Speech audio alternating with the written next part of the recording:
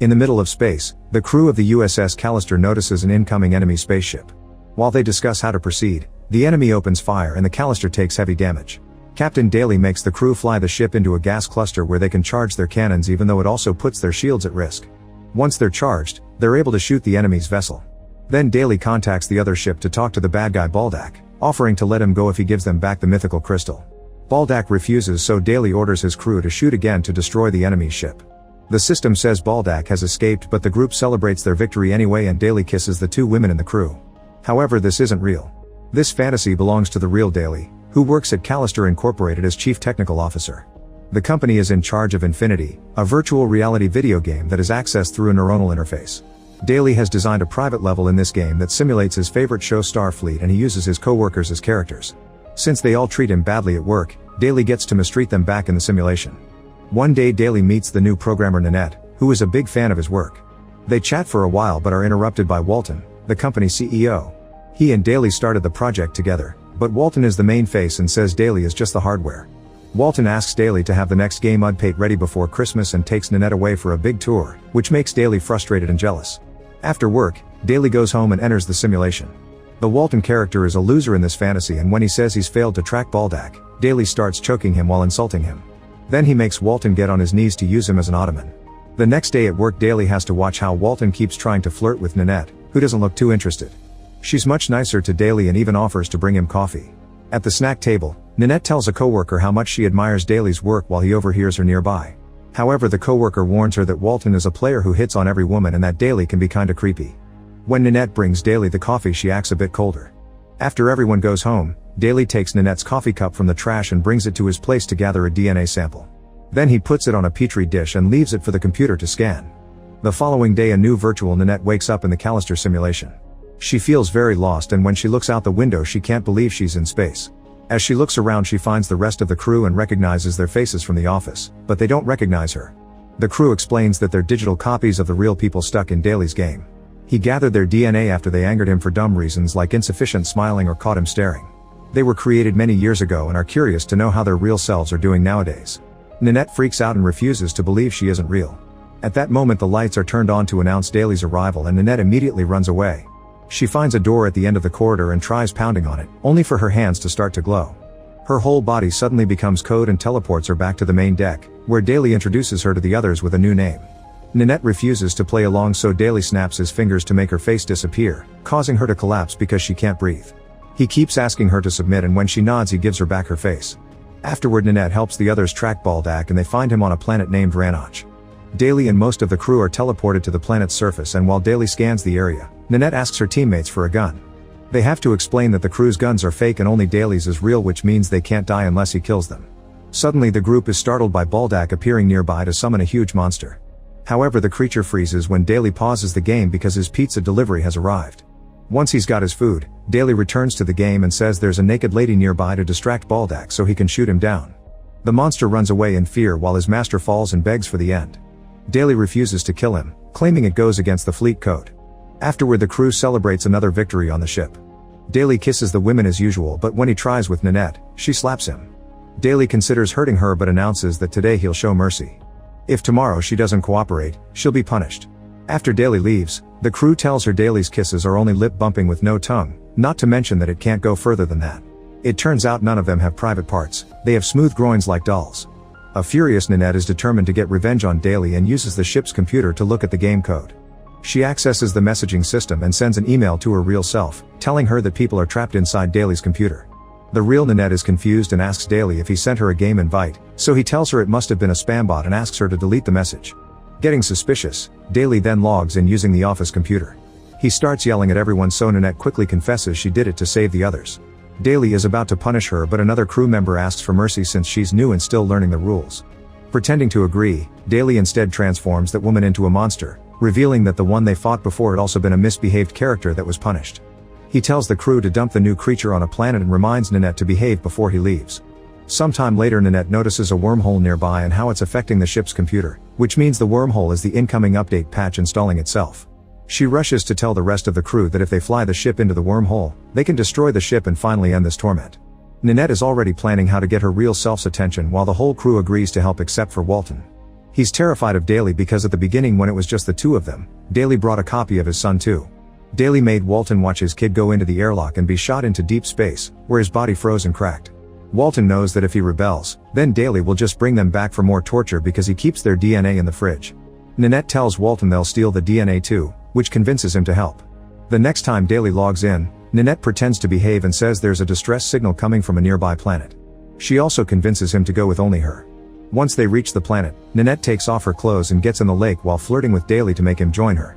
Daly takes off his clothes too and drops his controller, which the crew immediately teleports back to the ship. Using this controller, the crew hacks into Nanette's cloud account to find her intimate pictures. They send her to the real Nanette before calling her, saying that if she doesn't want her pictures posted on naughty sites she must follow their instructions. Moments later the real Nanette is sneaking into Daly's balcony and orders a pizza for this address. The crew sends the controller back to the planet and Daly hears the doorbell alert, so he pauses the game. While Daly gets the door, real Nanette breaks into the apartment and steals the DNA samples. She also replaces his controller with a fake toy before escaping. When Daly tries to play again, he can't connect to the game.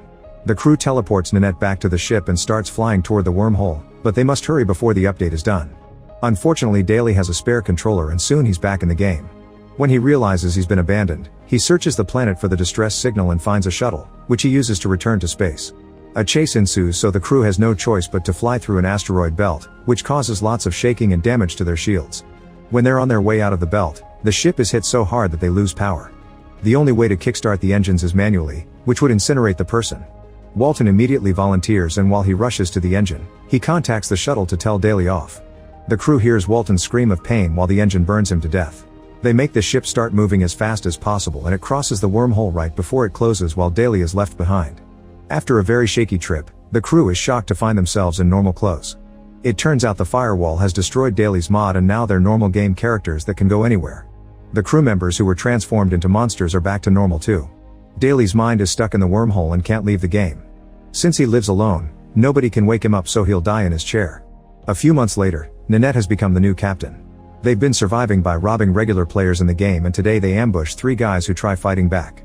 A man defends himself and causes Nanette to bleed, which shocks the players because the game usually doesn't have blood. 2 characters get shot and the third one hands Dudani his credits while saying he'll report them. However, the crew doesn't have player tags and can't be reported, so they shoot the third character as well. When they return to the ship, Nanette is disappointed to see that the players didn't have many credits because everything in-game has become very expensive, thanks to monetization. If they don't think of a plan soon, they won't survive for much longer. In the real world, Nanette is still working at Callister Incorporated. Daly is dead and seeing the memorial at the office every day fills Nanette with guilt. The game's admin inbox is full of messages from clients complaining about the robbers with no player tags, but when Walton is informed of this issue he ignores it. A reporter comes to interview Walton and Nanette hacks the security cameras to hear the conversation. This guy has footage from the person who found Daly dead and can see the DNA cloner on Daly's desk. That technology is supposed to be banned and the reporter links it to the rumors of robbers and blood in the game, accusing Daly of making digital clones. Walton denies it all and kicks the reporter out. Afterward he looks for an employee to take care of the bandits and Nanette volunteers, so he grants her full access to the system.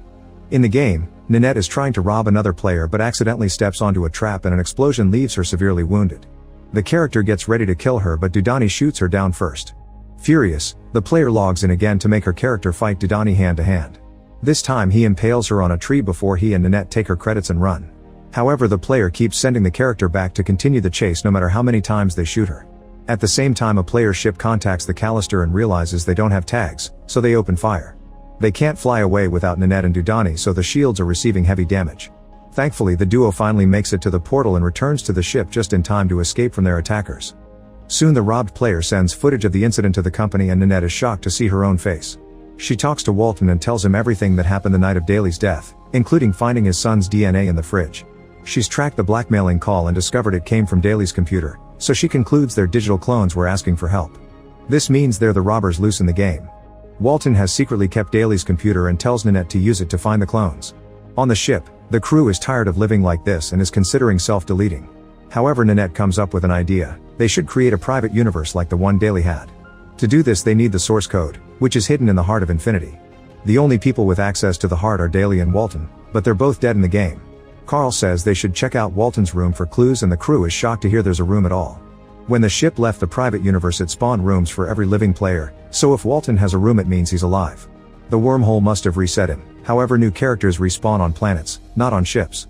The crew tracks down Walton's planet while Nanette is doing the same in the real world. Meanwhile, digital Walton is trying to survive on his own by fishing and hunting. At that moment he's found by Nanette, and at first he's defensive, but he hugs her when he realizes she's come to save him.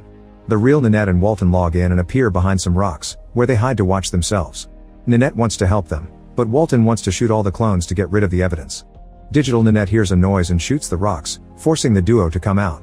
Seconds later, all four of them return to the ship and the Nanettes argue about what to do. Walton uses the chance to steal a gun and opens fire, ignoring real Nanette when she says the clones are more than just code. While the others hide, Carl tries to fight Walton, who immediately shoots him dead. Digital Nanette uses the opening to beat Walton up and shoot him in the head, forcing him to log out. Real Nanette also logs out and kicks Walton to steal the controller so he can't return to the game. Walton follows her out and tries to blackmail her, so Nanette tries walking away from him only to get hit by a car. Before the driver checks on her, Walton quickly takes back his things. In the game, digital Walton tells the crew that his real counterpart doesn't want them to reach the heart because they'll discover his secret. There's a digital clone of Daly who has been building the game all along. When they created the company, Walton wanted to release the game quickly, but Daly couldn't work fast enough. It was Walton who had the digital cloner after his investment in the dirty movie industry failed. They used it to create a second Daly and hid it in the heart, so the game doesn't actually have a source code. Daly is the game engine itself. Seeing how dark Walton can be, Nanette worries about her real self and calls her phone, only for a doctor at the hospital to pick up and tell her that real Nanette is in a deep coma. After hanging up, digital Nanette tells the crew to start flying to the heart. Meanwhile, real Walton calls an employee to get help with a plan. When the ship makes it to the heart, Nanette goes in and finds Daly in a copy of his house. He's his old self, more reserved than vicious. Nanette tells him everything that's happened and asks for his help creating a private universe for the crew. On the ship, digital Walton enters his room and is knocked out by real Walton, who takes his place. Dudani can immediately tell the difference in attitude, but before he can stop him, Walton sends an invitation to all the people the crew robbed. When Dudani captures him, Walton simply logs out. Soon the Callister is surrounded by the ships of thousands of players, who open fire because they want revenge. While the Callister suffers severe damage, Daly asks Nanette if she wants to leave. It turns out that since her real body is brain dead, Daly could send the digital clone to real Nanette's mind and she could have a real life. However, she's connected to the Callister, so if she leaves the ship and the crew will disappear. Nanette refuses to abandon her friends and chooses the private universe instead, causing Daly to admit he was just testing her. He can do both things at the same time, so he starts working, saying he'll copy the crew and paste it in the new universe. Nanette complains, saying she wants to save the actual clones, not make more. Daly promises her it's fine because he'll protect her copy, revealing his plan is to keep her there with him. A desperate Nanette tries to make him see reason and Daly snaps. He removes her mouth and throws her body against the furniture. Among the things falling from the shelves, she finds a collector's blade and throws it at Daly's head, killing him.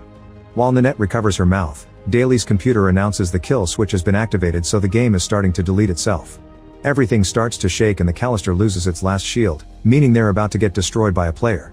Nanette finds the right diskette among Daly's things and inserts it in the computer right before the game explodes, deleting every single file in the company's servers. In the hospital, digital Nanette wakes up in the real body, but she feels rather dizzy. It turns out that Daly's program tried to save the crew, but since the game is gone, it sent them to Nanette's brain too. They call her phone to explain the situation, which kills her excitement. 3 months later, Walton is arrested by the FBI. Nanette is living a normal life, thanks to a deal she's made with the crew. They close their eyes when she changes, goes to the bathroom, or gets dirty with anyone. In return, she lets them watch their favorite reality show through her eyes. She's promised to create a system to get them out of her mind, but she doesn't seem to be working very hard on it. Make sure to subscribe and turn on notifications so you can watch more videos like this. Thanks for watching.